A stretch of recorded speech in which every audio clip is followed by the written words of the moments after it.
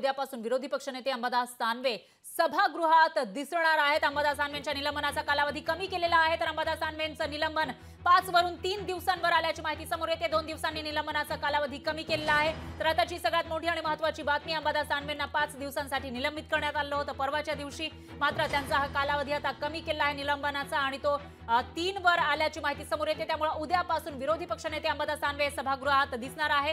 तर काही दिवसांपूर्वी आपण जर बघितलं तर 4 ते 5 दिवसांपूर्वीचा हा सगळा प्रसंग, त्याच्यामध्ये जे प्रसाद लाड आहेत यांच्यावर टीका टिप्पणी केली आणि आक्षेपार्ह शब्द वापरल्यानं त्यांच्यावर कारवाईची मागणी करण्यात आली होती। त्यांना निलंबित करा अशी मागणी करण्यात आली होती आणि त्यानंतर त्यांचं 5 दिवसांसाठी निलंबन झालं।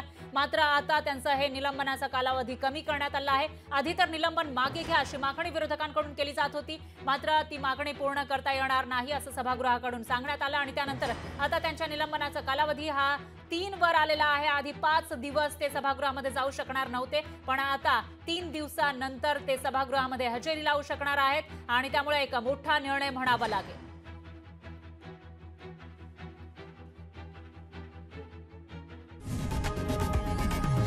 लोकशाही मराठी ऐका, पहा, जागरूक रहा।